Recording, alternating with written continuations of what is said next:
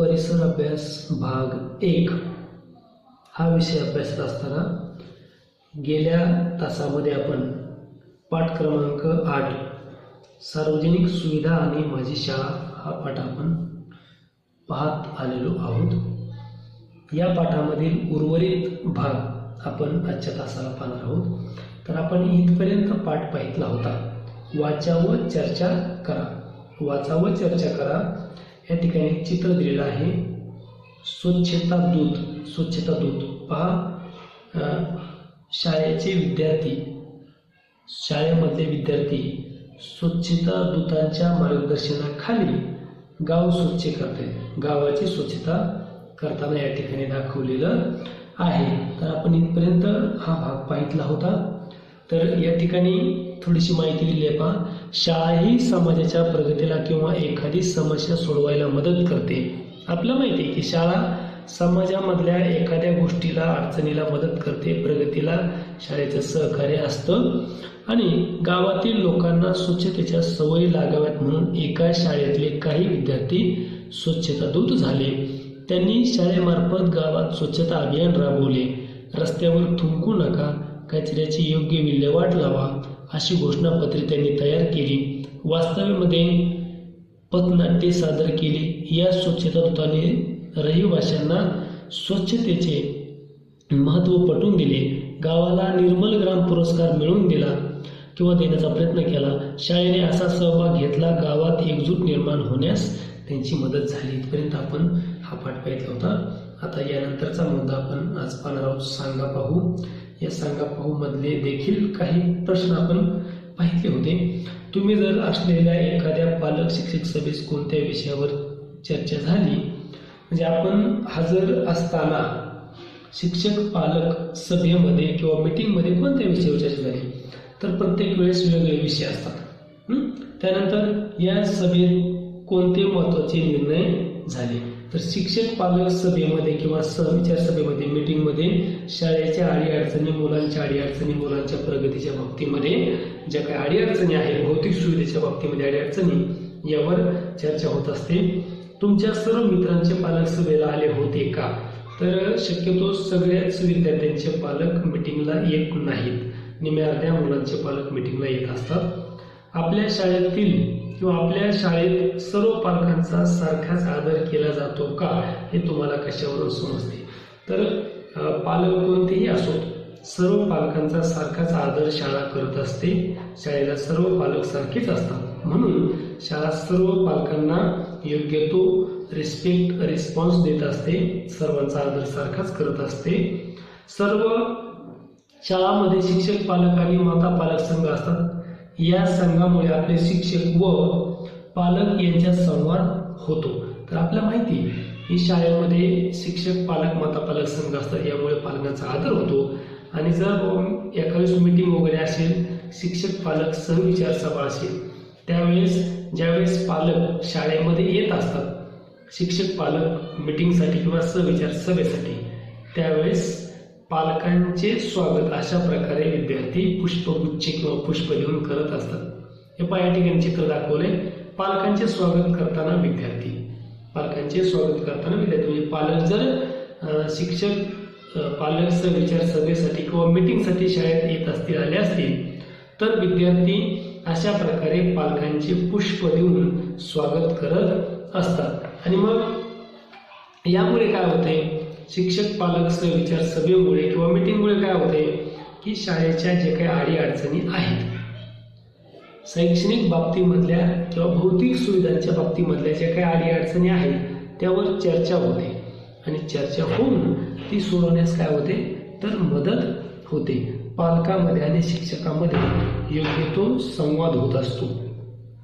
त्यामुळे शाळेच्या विविध उपक्रमात पालकांचा सहभाग वाढतो। आणि त्यामुळे काय होते की शाळेच्या विविध उपक्रमांमध्ये पालकांचा सहभाग वाढत असतो आणि पालक शाळेच्या विविध उपक्रमांमध्ये सहभागी होतात आणि पालकांचं लक्ष शाळेकडे काय होते, तर वाढत असते।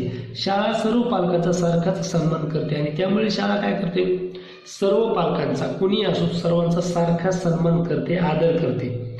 शाळेतल्या घडामोडींविषयी आपणही पालकांशी बोलले पाहिजे। शिक्षक व पालक या दोघांच्याही मदतीने आपण शिकत असतो. त्यांच्यातली देवाणघेवाण आपल्या फायद्याची असते.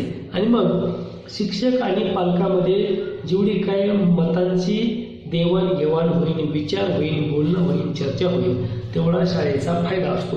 कारण शाळेची कुठली अडचण असो, जर आपण पालकांना बोललो तर बऱ्याचशा प्रश्नांचे उत्तर आपल्याला मिळते, किंवा जे काही भौतिक सुविधा आहेत, शैक्षणिक बाबी आहेत, अडीअडचणी आहेत, त्या अडीअडचणी आपल्याला सोडवता येऊ शकतात, किंवा सोडवण्यास पालकांच्या मदतीने किंवा ग्रामस्थांच्या मदतीने मदत होत असते. म्हणून शिक्षक पालक सहविचार सभा आयोजित करणे गरजेचे असते आणि पालकांनीही या शिक्षक पालक सहविचार सभेसाठी उपस्थित राहणं गरजेचे असते. म्हणून यातून काय होते तर शाळेच्या जर काही अडीअडचणी असतील, विद्यार्थ्यांच्या अडीअडचणी असतील, भौतिक सुविधांच्या अडीअडचणी असतील, तर त्या सोडवण्यासाठी काय होते, मदत होते आणि पालकांमध्ये आणि शिक्षकांमध्ये विचारांची देवाणघेवाण होत असते.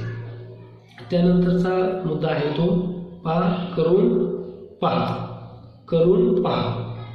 एक दिवस तुमची संपूर्ण शाळा पालकांनी चालवावी, यासाठी शाळेच्या प्रशासनाकडे विनंती करणारा अर्ज करा. परवानगी मिळाल्यानंतर हा कार्यक्रम राबवा. तुमचा अनुभव स्थानिक वर्तमानपत्राच्या बालविभागाकडे पाठवा. बघा, एक दिवस शाळा पालकांच्या ताब्यात द्यायची. एक दिवस आपली शाळा पालकांच्या ताब्यात द्यायची, पालकांना चालवण्यासाठी द्यायची. आणि शाळा पालकांच्या ताब्यात देण्यासाठी, पालकांना चालवण्यासाठी देण्यासाठी शाळेच्या प्रशासनाकडे एक अर्ज करायचा, विनंती अर्ज करायचा, परवानगी मागायची. शाळा चालवण्यासाठी परवानगी मागणारा विनंती अर्ज करायचा आणि परवानगी मिळाल्यानंतर हा कार्यक्रम राबवायचा आहे. तुमचा अनुभव स्थानिक वर्तमानपत्राच्या बालविभागाकडे पाठवा. आणि एक दिवस पालकांनी शाळा चालवल्याच्या नंतर पालकांना काय काय अनुभव आले, पालकांना काय वाटले, एक दिवस शाळा चालवली त्यातून पालकांना काय काय अनुभव आले, ग्रामस्थांना काय काय अनुभव आले, त्यांना काय वाटलं, ही सगळी माहिती तो अनुभव, त्या दिवशीचा अनुभव स्थानिक वर्तमानपत्राच्या बालविभागाकडे पाठवायचा आहे.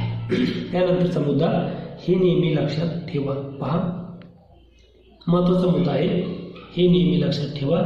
शिक्षण हा प्रत्येक मुलामुलींचा मूलभूत हक्क आहे. शिक्षण हा प्रत्येक मुलामुलींचा मूलभूत हक्क आहे. म्हणजे शिक्षण घेणे, शिकणे, साक्षर होणे हा प्रत्येक मुलामुलींचा मूलभूत हक्क आहे, अधिकार आहे. तो प्रत्येकाने मिळवला पाहिजे. प्राथमिक शिक्षण प्रत्येकाने पूर्ण केलं पाहिजे, अशा प्रकारची तरतूद आहे. त्यामुळे शिक्षण घेणे हा प्रत्येकाचा अधिकार आहे आणि शिक्षण प्रत्येकाने घेतले पाहिजे. त्यानंतरचा जो भाग आहे तो शेवटचा भाग राहिलेला या पाठामधला. या ठिकाणी असाही पालकांचा सहभाग, या ठिकाणी एक चित्र दाखवले. पहा, एक चित्र दाखवले, असाही पालकांचा सहभाग. पहा, शाळेत जर काही वेगवेगळ्या प्रकारचे कार्यक्रम असतील, सांस्कृतिक कार्यक्रम असतील, तर अशा सांस्कृतिक कार्यक्रमामध्ये ग्रामस्थांचा सुद्धा मोठ्या प्रमाणावर सहभाग असतो, पालकांचा सुद्धा सहभाग असतो. पहा, असाही पालकांचा सहभाग. तर काय आहे या ठिकाणी की ग्रामस्थ, पालक शाळेच्या सांस्कृतिक कार्यक्रमामध्ये सहभागी झालेले आहे आणि या ठिकाणी विद्यार्थ्यांना संगीत शिकवताना पालक दिसत आहेत. पहा, या ठिकाणी पालक आहेत, ते या विद्यार्थ्यांना संगीताचे धडे देतात, संगीताचे म्युझिकचे धडे देतात. पालक विद्यार्थ्यांना संगीत शिकवताना या ठिकाणी दिसत आहेत. तबला असेल, पेटी असेल किंवा गायन काम असेल इत्यादींच्या बाबतीमध्ये माहिती पालक विद्यार्थ्यांना देत आहेत. म्हणजे शाळेच्या वेगवेगळ्या प्रकारच्या सांस्कृतिक कार्यक्रमामध्ये पालक सहभागी होत आहेत. या ठिकाणी पहा, एक चित्र दिसतंय. तर विद्यार्थ्यांना कवायत शिकवताना पालक. पहा, या ठिकाणी विद्यार्थी आहेत, आपल्याला दिसत आहेत आणि ह्या विद्यार्थ्यांना हे पालक कवायत शिकवत आहेत. पहा, विद्यार्थ्यांना कवायत शिकवताना पालक. या ठिकाणी विद्यार्थी दिसत, पहा, आपल्या ग्राउंडवर शाळेच्या उभे राहिले तर ते कवायत करतात आणि त्यांना हे पालक काय करतात तर विद्यार्थ्यांना कवायत प्रकार शिकवतात. म्हणजे कवायतीमध्ये सुद्धा किंवा कवायत प्रकार शिकवण्यामध्ये सुद्धा पालक शाळेमध्ये सहभागी झालेले आहेत. त्यानंतरचा मुद्दा आहे तो या ठिकाणी आपण काय शिकलो, या पाठामध्ये आपण काय शिकलो किंवा आपल्या या पाठामधून काय काय शिकायला मिळालं, तो महत्त्वाचा भाग पाहूयात आपण. सार्वजनिक सेवा सुविधांचा आपण जबाबदारीने वापर केला पाहिजे.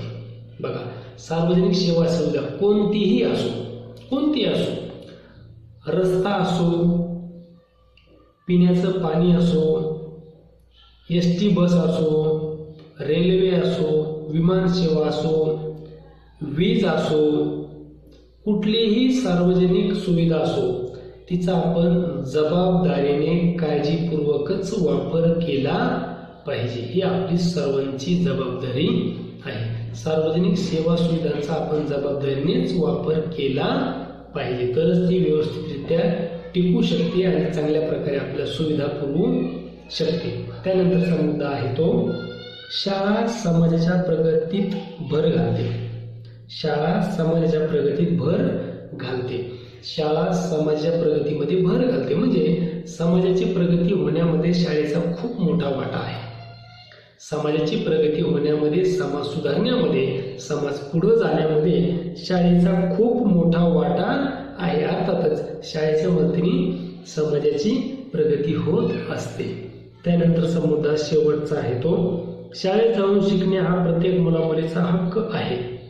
शाळेत जाऊन शिकणे, शाळेत जाऊन साक्षर होणे, शाळेत जाऊन लिहिता वाचता येणे किंवा शाळेत जाऊन आपलं प्राथमिक शिक्षण पूर्ण करणे हा प्रत्येक मुला मुलीचा हक्क आहे, अधिकार आहे. तो प्रत्येकाने जबाबदारीने बजावलाच पाहिजे.